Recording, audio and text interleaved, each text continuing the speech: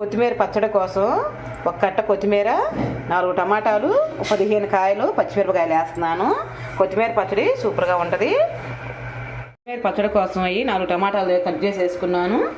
Next పచ్చిమిరకాయలు 15 కాయలు వేస్తున్నాను.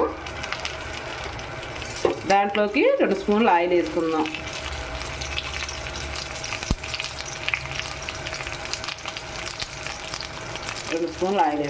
అవి బాగా మగ్గనిద్దాం. టమాటాలు వేసాం కదా, బాగా కలుపుకుంటూ వేసుకుందాం. బాగా కలుపుకుంటూ వేసుకోవాలి.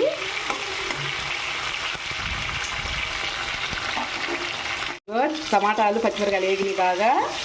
ఇక దాన్ని కొంచెం కొత్తిమీర వేసుకొని కొంచెం ఉంచుకుందాం. ఒక కట్ట కొత్తిమీర అన్నా కదా,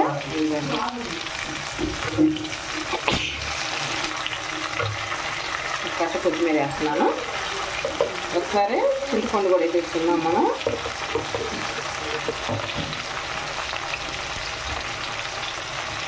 ఇంకా చింతపండు కూడా ఒక వేసుకున్నాం. దాన్ని బాగా మగ్గనిచ్చుకున్నాం.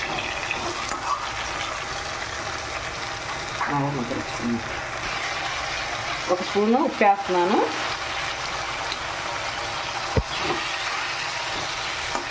ఉప్పు వేసే కదా, ఇది బాగా చల్లారేదాక పక్కన పెట్టుకొని మనం పచ్చడి వేసుకుందాం.